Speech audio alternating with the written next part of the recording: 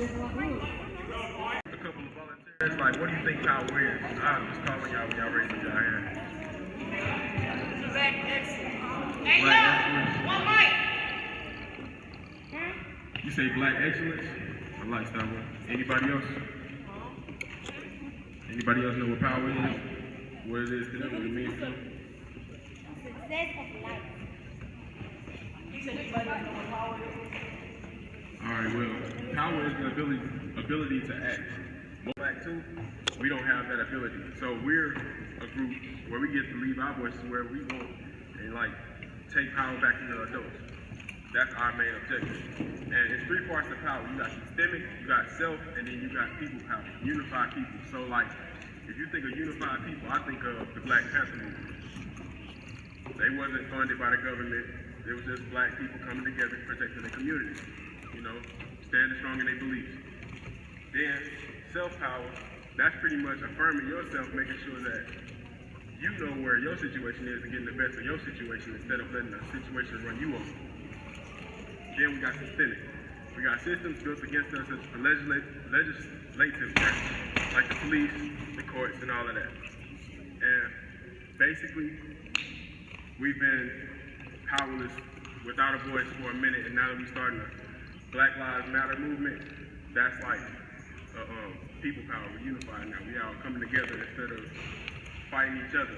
That's basically what this is about.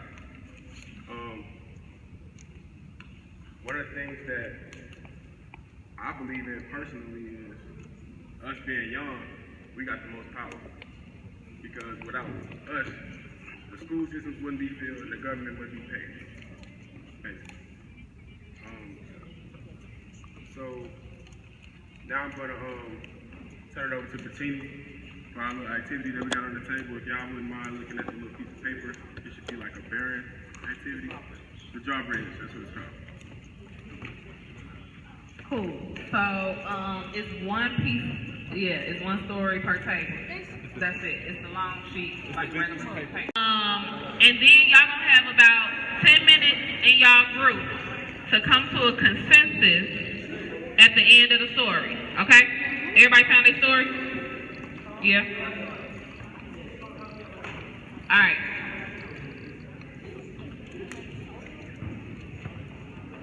So, here's the story.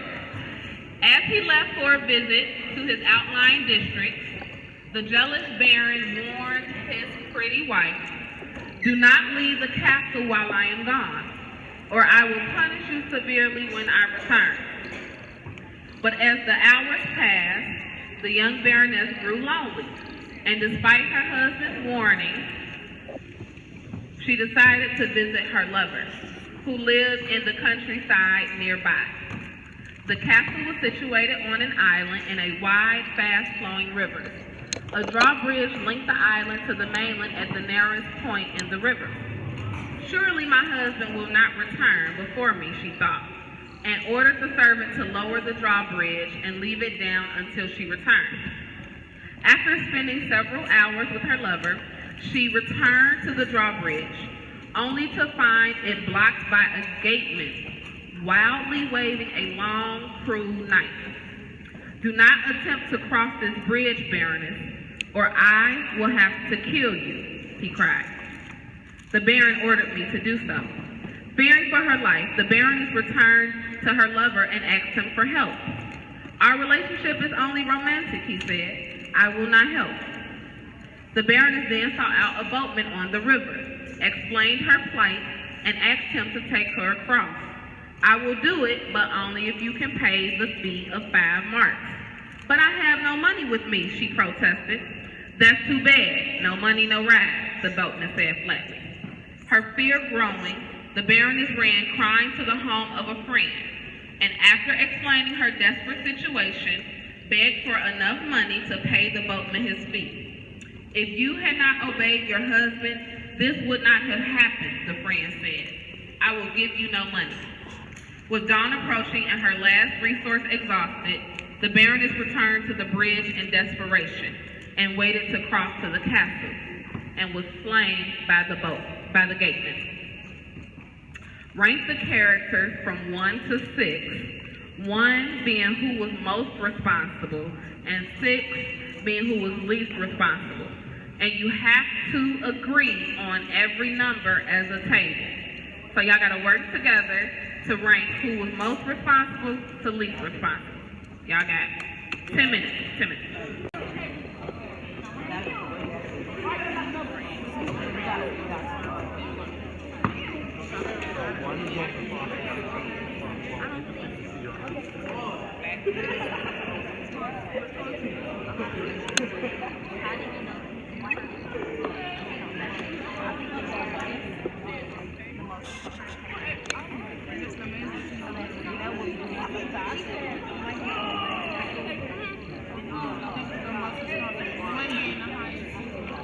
Okay, yeah, so we're gonna get part of one.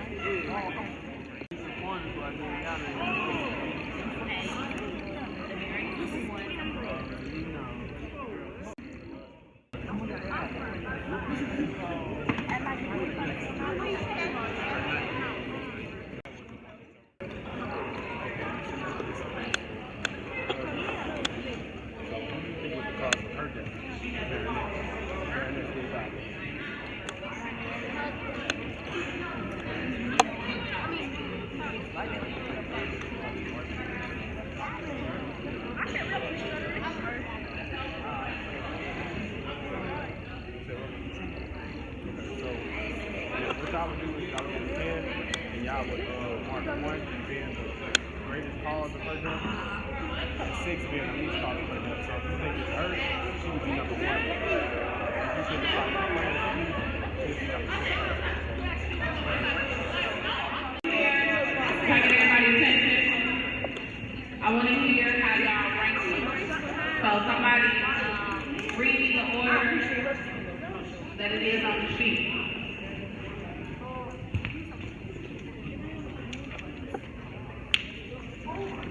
Okay, what's on the sheet? Who's the first character? Baroness.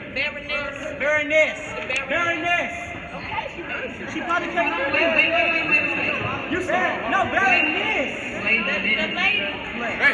Yo, Baroness. I just want to know. I don't want to know your ranking.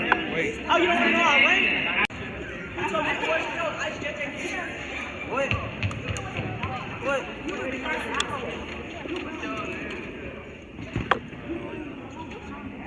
What number is the bear? He number 6. Okay, what number is the... No, wait, you put Baroness at What number is the bear? Oh, she at 1. The gateman, He at 5. boatman, He at 4. friend, 3 two. and 2.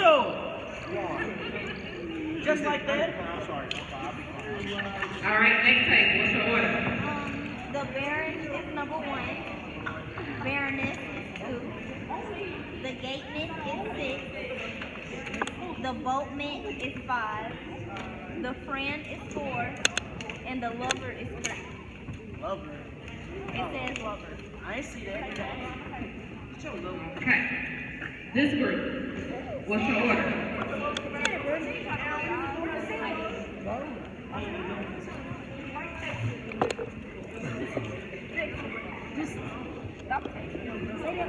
Baron first.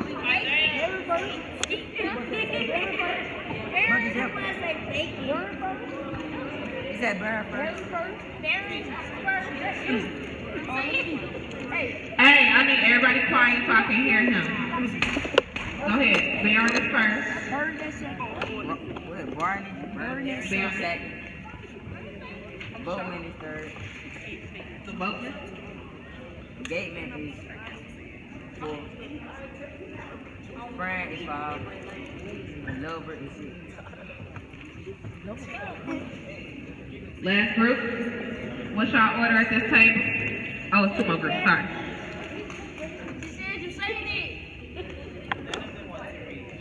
Okay, just read me the numbers. I mean, it's just numbers. Number 1 is 6.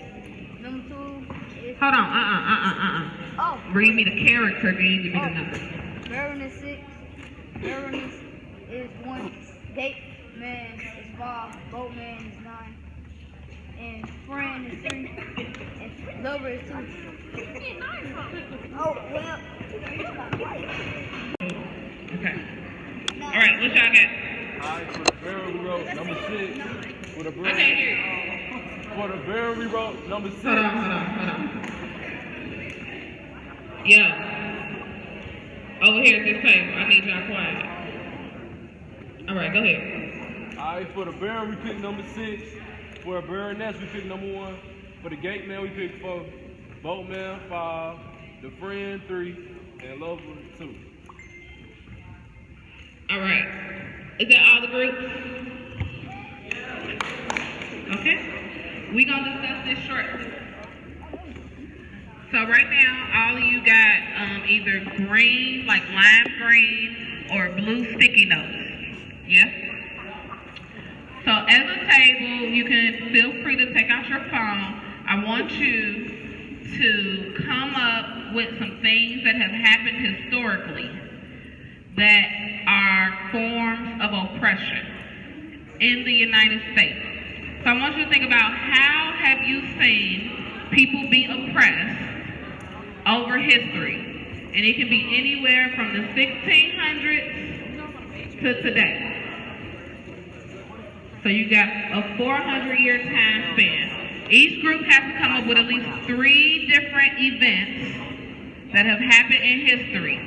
And then once you get them, I want you to put them on the timeline at the top where they belong in terms of dates. Okay? So we got 6 minutes. Now, 3 different things on 3 of those 6, okay?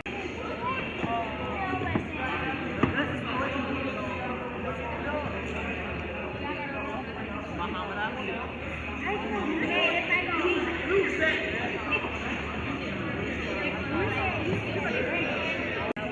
What you been through,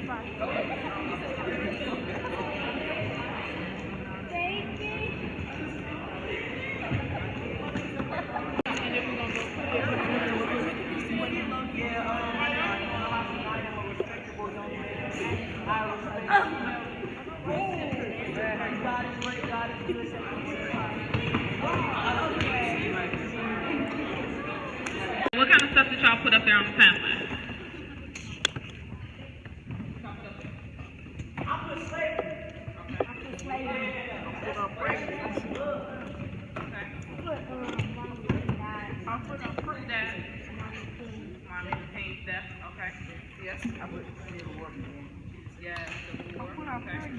What else? I put slavery maybe in 1801.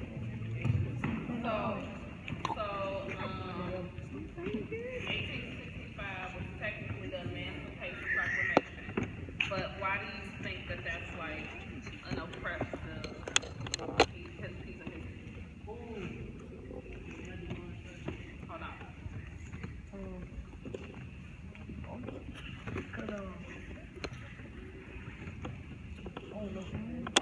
Okay. You want to respond to this part, or you want to add something? Hold on. I want to, yeah, go ahead. Slavery, I said slavery is, what was the word? Oppressive because it was like black power. We was trying to, a lot of people decided to do or they decided to do that they would either whip or politics or like black power or you use playing politics or something involved with white people.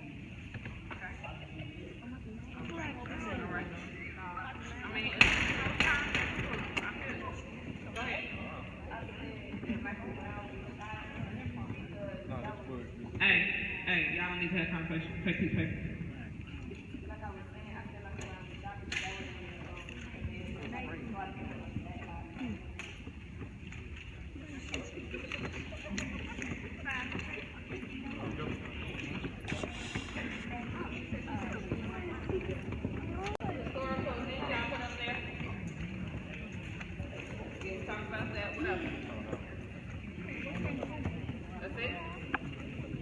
So, who has a paper that has something in the 1600s? Raise your hand if you got something that got anything with the 1600s. Just you? All right. So, Marvion. What Marvion? Oh. So who can tell me what oppression is? What's oppression?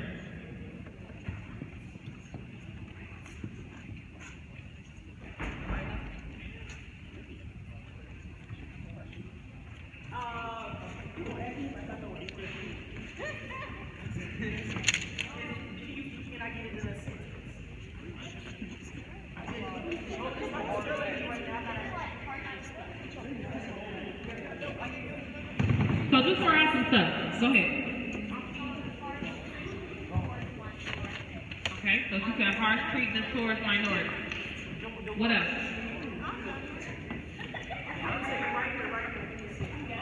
What else? Oh, on this side. What do y'all think oppression is? Y'all don't know? Y'all ain't never heard the term? That's good. Okay. All right. So did y'all hear that? What he said? Prolonged, cruel, or unjust treatment or control. Yeah? That makes sense? So then what is resistance?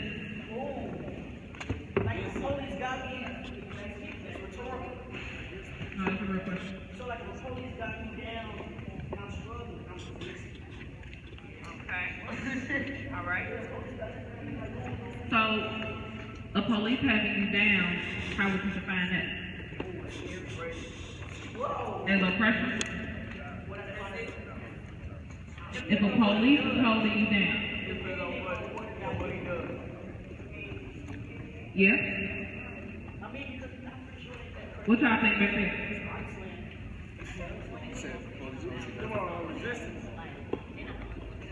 If the police is holding you.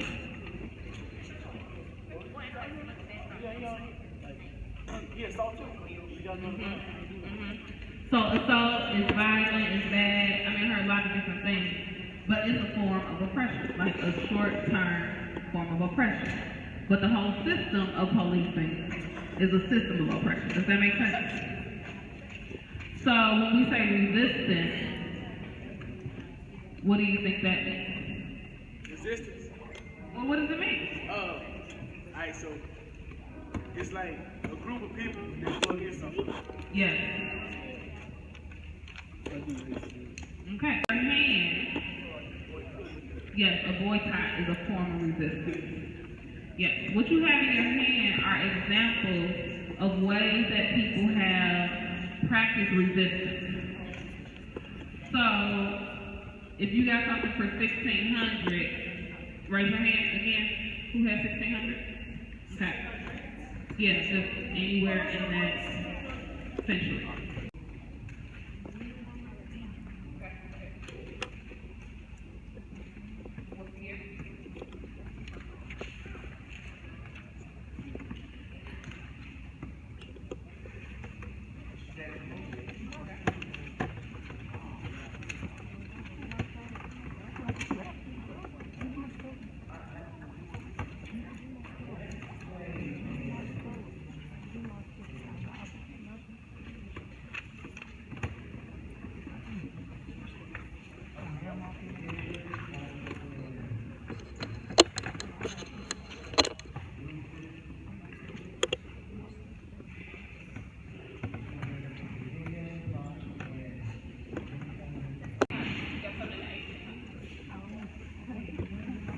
You got something in 1800?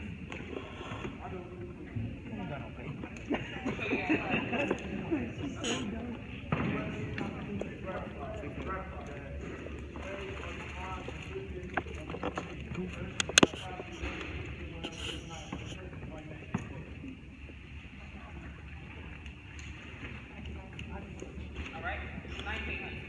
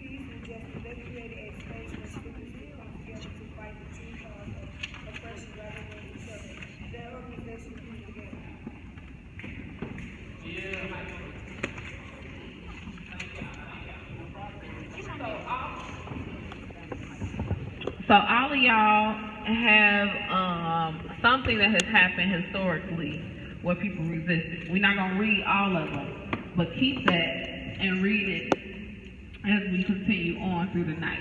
And just, continue to educate yourself around how people fight back, okay? So, I want to go back to the activity about the baron and the baroness and y'all ranking. Now, all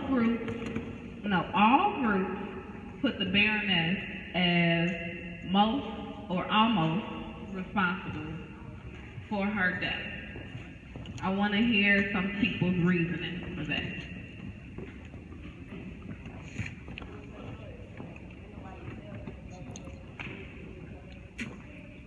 Everybody agree? So the baroness is primarily the one responsible because she's the one who made the decision. Yeah? All right? So for the two groups who put the baron as responsible, most responsible, why did you say that?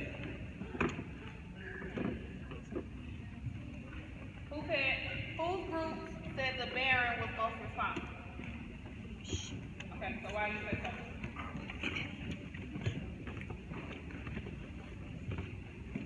Huh?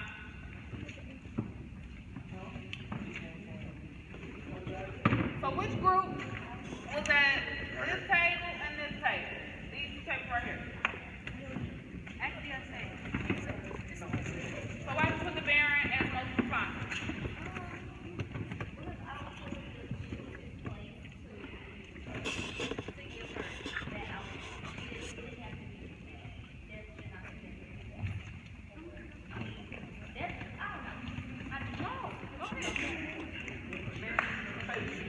So the other group who put the baron as most responsible, why did you? Who else? Y'all don't know? Y'all just make stuff up. So what did you put? Who did you put as most responsible? Yes. Why? She ain't had no business being open? Oh, okay. Okay. And what about the gateman? The gateman is the one who killed her. But y'all didn't feel like he was responsible? He was just doing his job. He was doing his job? That's how most people feel? Yeah. What about the lover?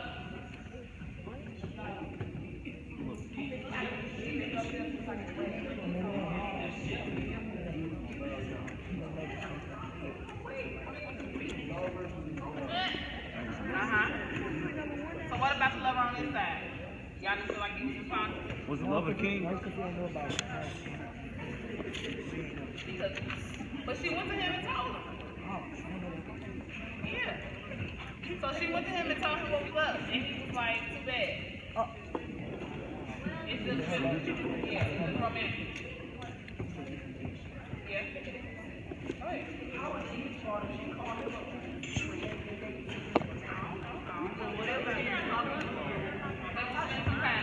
So that's been telling us she knows she got a man. The love ain't her man. Like I was saying, because when we interrupted, he just did what he got. She came. So next. So, y'all in the back. How does this, how y'all feel like this story is related to oppression?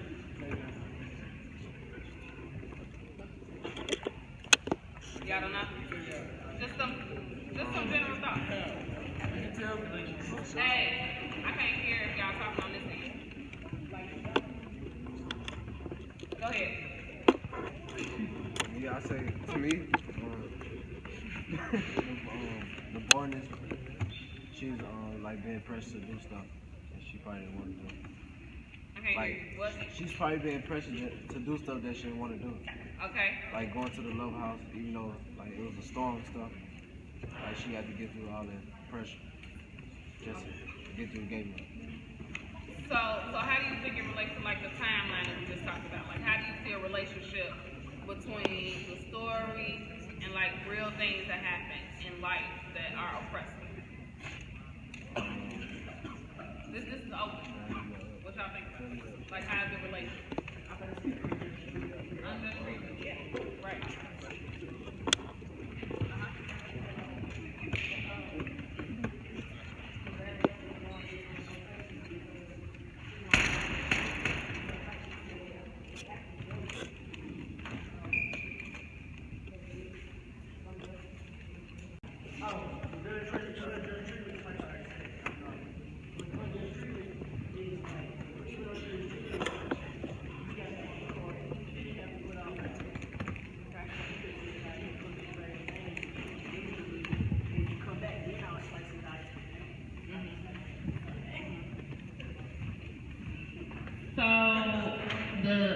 In this story, these characters represent like different parts of society. So the Baron is the person who gets to set the rules in society. Who sets the rules in society right now? The president. The president. The president. Congress. Republic. People in power who tend to be white, right? Yeah. And male. Yeah. Right? So right now, generally, I don't talk about people. So generally right now, white men get to set how society is set up, yes? Yeah. So the Baron is like today's typical white man. Yeah. The Baroness is the person who is oppressed and who has little say in what gets determined by white men, but are expected to follow. So in real life, who is the Baroness? So people of color, black people, young people. So what do you expect to happen? Immigrants. Because so the Baroness didn't have any say so. Like all she had, like the only option she had was to follow the rules or die. That's how the story goes. It was either follow the rules, and she didn't follow the rules, and what happened? She died. Yes. I don't think we're gonna die.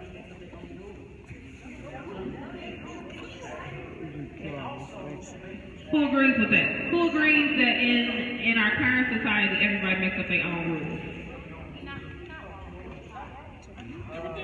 But I thought a couple of people kind of nodded like, yeah. He not wrong. He not wrong? Not for real. He ain't right either. So say more. Not necessarily because.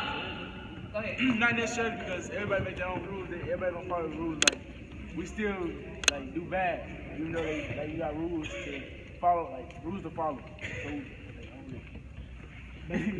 So all y'all in school, right? Yeah. Y'all got a code of conduct that y'all get at the beginning of the year? Who knows what a code of conduct is? It's in your student handbook, and it is what? A list of rules that you have to follow. Yeah. How many of y'all follow those rules? So y'all don't, right? And how often are there consequences to y'all not following those rules? Every time you obey them. Sometimes. Every day. Every day. I get in trouble every day. Every day. So, hold on. So here's the thing. We can say that we have the ability to make our own decisions. Which we do. To an extent. Because our decisions, if they are not aligned with the rules, lead to punishment. So essentially, all of y'all operate as the Baroness in the story. So you telling me that if you break a rule in school, you deserve to die? Oh no. But y'all just told me that the Baroness was most responsible for her death. Oh, I ain't said it though. I ain't said that wasn't me. That wasn't mine. That wasn't mine. Yeah? Y'all came to consensus. Everybody here told me that the Baron was most responsible. The Baroness was most responsible. But now y'all don't agree when the tables turn? I said, but now y'all don't agree when the tables turn. So you do? So tell me more. That the Baroness was most responsible. Oh no. Oh.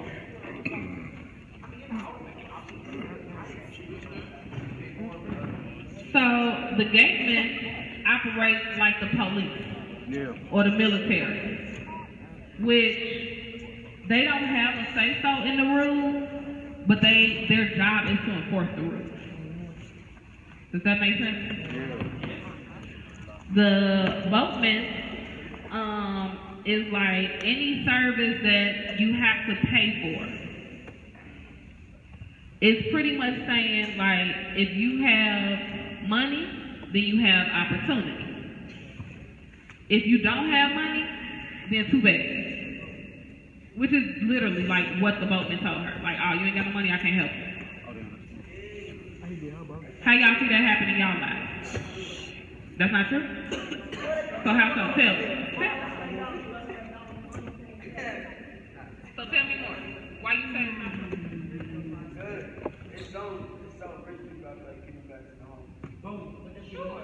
Sure. And if a homeless person is already a rich person with no money and they say, can I buy your house? The rich person got to say, yes, he ain't got no money. Hey, it's different people. Hey, it's too rich. So who in here feels like they have access to whatever they want? Oh, no. I'm not that. Do you feel like, hold on. And how many of y'all feel like part of that is due to money? Right? So this is really how it works. Like if you ain't got money, it's just certain things that you don't have access to. Like, I mean, most definitely. Like if you ain't got no money, you can't buy no new shoes. But you can't buy it. It's the government stuff. All that stuff y'all got is the government. So here's the thing about this activity.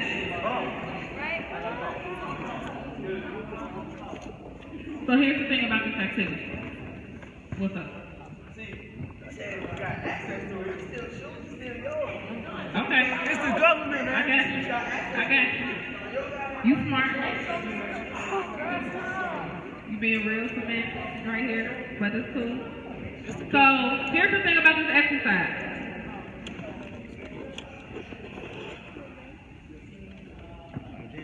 When we hear stories like this, it's easy to try to think about like the victim or the person who has been harmed as the one who is responsible. But as we begin to like deconstruct, take apart the story, we realize that there are other things that get to determine the type of decisions that we can make in life. And part of our work in building power, which is where we began this conversation, is getting to make the rules for ourselves so that we're abiding by rules that we set, not somebody else. Does that make sense? Cool. You're not sure? So tell me more. Tell me more. I mean, well, you had a feeling about it, so what you think? Get the vote. So, what did I do? Somebody show me what I did. Yeah. He was like,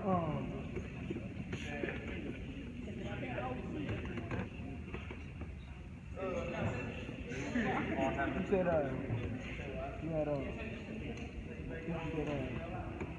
Make the own rules in your house. So how many of y'all parents make the rules? Or whoever your guardian is? Because it's their house, right? I make the rules. Yeah? Zay can't. One conversation, please. One conversation.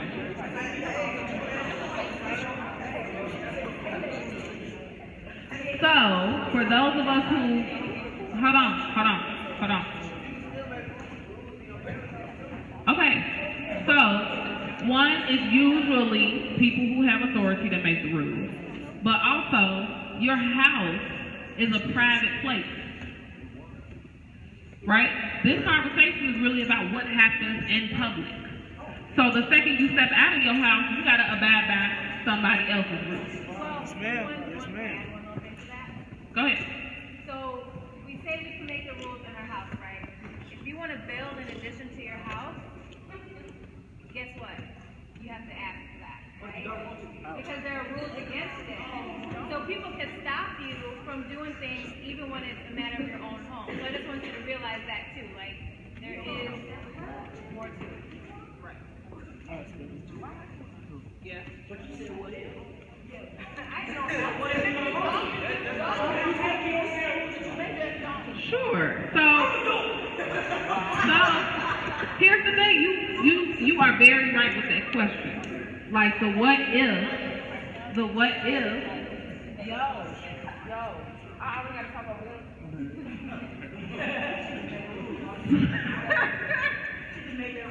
So you don't have to do anything else. A lot of people go through life just getting by, or just staying under the radar, or just doing the bare minimum. However, if you desire additional things for yourself besides what is already set up, you got to decide who's making that decision. Are you building enough relationships with people so that you can change those decisions? Or are you just like everybody else and about it? And I can't tell you what the answer to that is, but that's part of like your decisions that you have to make, especially as youth. Like, as you're moving into adulthood. You understand what I'm saying? Cool. So we finna move on.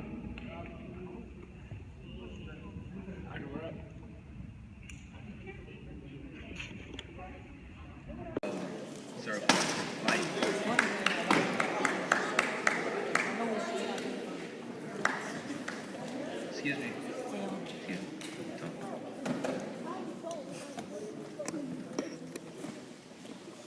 All right. So how did everybody enjoy it, or how did everybody like it? Like, did you get something from it?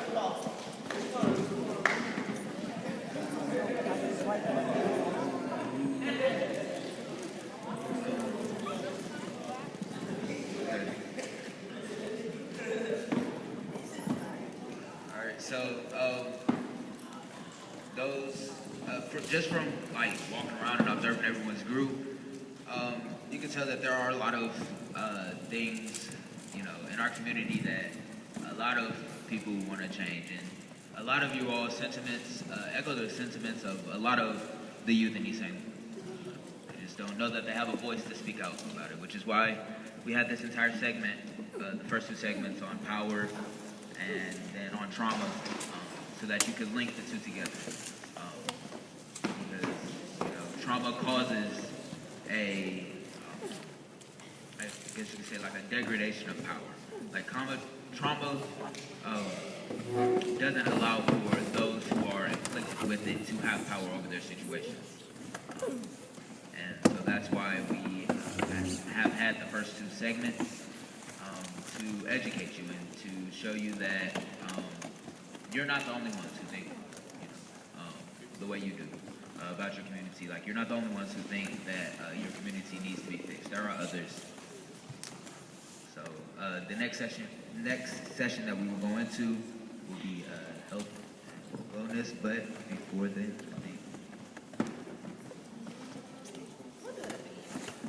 we'll do that at the end. So the next session will be health and wellness.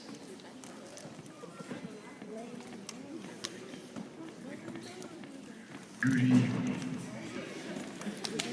Okay, so as we can see, tonight was actually really heavy, and hopefully you all left with a little bit more knowledge from those groups. And sometimes thinking about stuff like that can make you cry. It can make you really sad.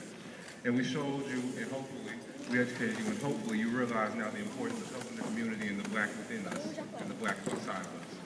But now, let's lighten the mood, because it's not just about your community. You got to take care of your body too. So we're going to talk a little bit about wellness, my friends. And I'm going to introduce a good friend of mine. Nicole, please come up here. Actually, I'm going to stay right here. Y'all going to end up moving. So I've been standing in the back and didn't get to introduce myself earlier, but my name is Nicole. Y'all can call me E. I'm a personal trainer. I work mostly all over in St. Louis. And so they asked me to come here today to kind of get y'all moving, because real talk, out here, if you want to make change in your community, it takes a toll on you. anytime you're trying to care for other people. And so one of the biggest things that I come up, actually, Tini is one of the people that I work with. She spends 24/7 of her whole life pouring into her community. And the thing is, if she doesn't stop to also pour into herself, she's not going to be able to be out there.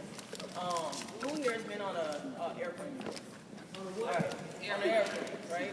So you remember, like, when you get on the airplane, one of the flight attendants is always going to say for you to give the oxygen to yourself first. Y'all remember that with, like, the instructions? Does that sound familiar? Does it sound familiar or not? Yes. Right? So basically, the reason why they say if you're going to be responsible for helping somebody else, that you need to give the oxygen to yourself, why do y'all think that is? Why would you need to give the oxygen to yourself first? Say it louder. So you can give it to other people. That's a good point. Can y'all hear me okay over there? No, not really? Is that really good? That's better? All right, bet. All right.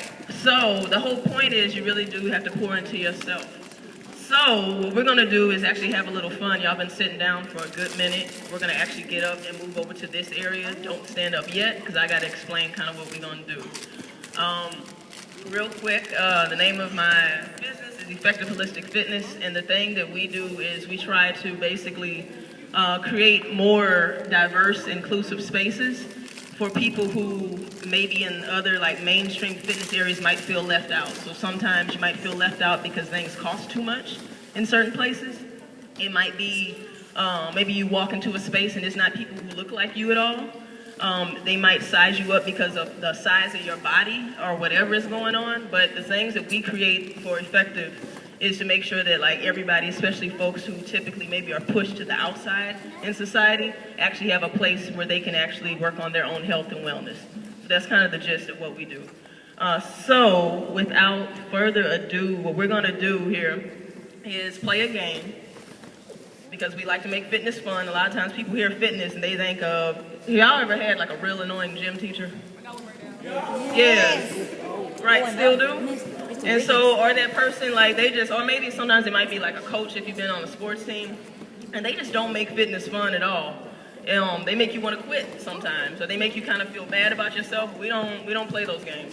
So what we like to do is actually have fun because believe it or not, you actually burn calories when you laugh.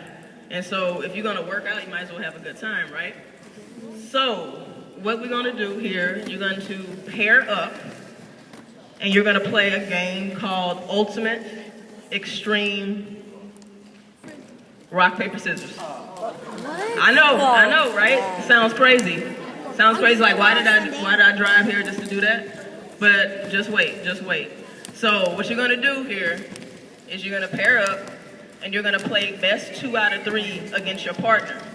But before you start doing that, you have to get your person's name, whoever you're going against, because whoever wins best 2 out of 3, and y'all gotta pay attention to this, whoever wins best 2 out of 3 will move on to play somebody else who just won.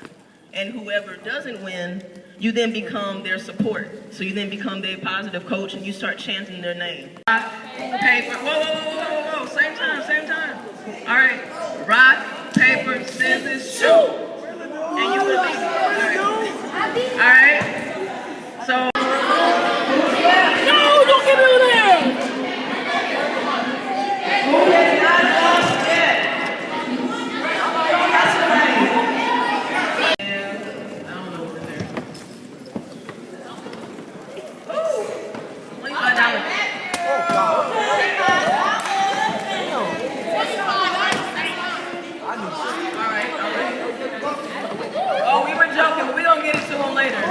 That's what happens on live TV. Okay.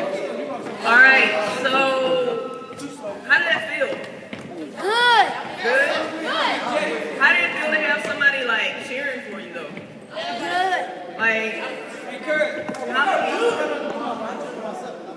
when I remember the first time I played this game, I was like, man, like what if my every day that I live, people were actually cheering for me, or like I was getting a chance to cheer for somebody else, but life isn't like that out there. But I was just like, man, that's a cool way to just kind of get everybody like really, even though you just like competed against each other, y'all still going. It's over. That's his gift card. No, but you know, just met through competing against each other, and a lot of times, like out there, when you compete, like that's not your friend. You're not gonna cheer them on. But like, what if we did? So it just, what'd you say? Yeah, it would be pretty fun. All right, so that was just a way to kind of show you how a part of fitness to me is how we can involve actually our whole community. And guess what? That didn't cost us anything. So you didn't have to have a membership to get up and do that, and you kind of like have fun moving around and all that stuff. So just kind of think of what are creative ways where we can have, look, she's still trying to play with herself over there. It's all right. But anyway, what are creative ways that like we can actually inspire each other to get out and like communicate more and like literally cheer each other on. And like everybody in this whole place was smiling. Y'all were rolling your eyes. I said we're gonna play rock, paper, scissors. Y'all was like, shh. And all of a sudden everybody was smiling. So just kind of think about that. All right, I'm gonna kick it over to you, Isaiah. What are they doing next? Yeah, that was fun. I mean, when I returned. You out of breath. Oh yeah, I was hurt, and Matthew, when he got me, I fell to the ground. I was defeated, and I'm proud I lost him. He beat everybody else too. Yeah, I can't shame you if you lost to him too. All right, so what's going? That was turns. Got our body pumping and moving, but if y'all get too turn, y'all gonna break something. So we're gonna calm y'all down a little bit. So at each table, there's one canvas, there's some paintbrushes, and some paint. So y'all remember what groups y'all was in, right? Yeah. So I want y'all to go back. I'm gonna give y'all 7 minutes. Okay.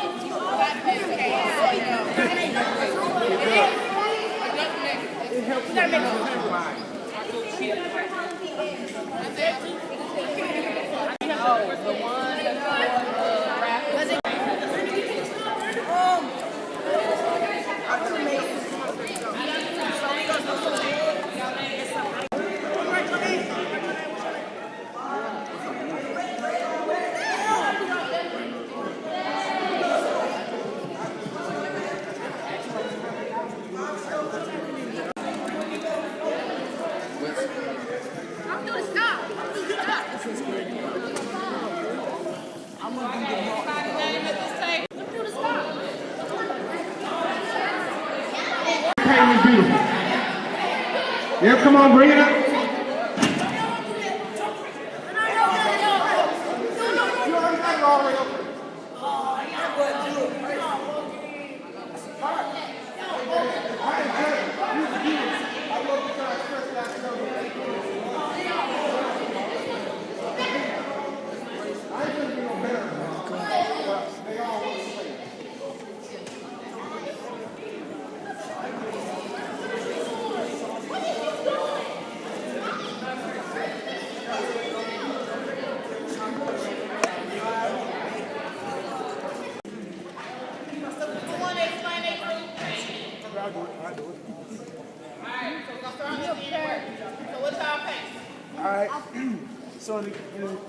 So what we got here is a nice sunny day, nice blue sky.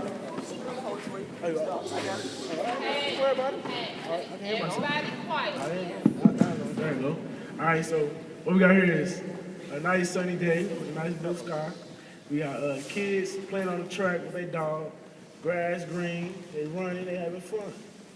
All right. Thank you. Who's next?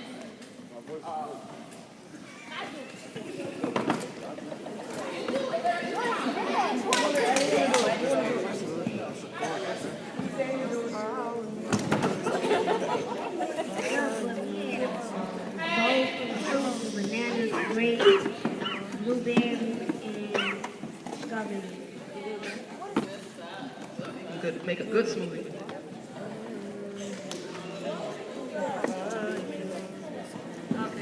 So we have no time, but we got eggs, bacon, a little slice of apple, some butter, some toast with a little butter on the other when they got done, a little glass of water with a salty plate. Yo, I like it. The rapper? You know it's good with a sloppy plate. Milk.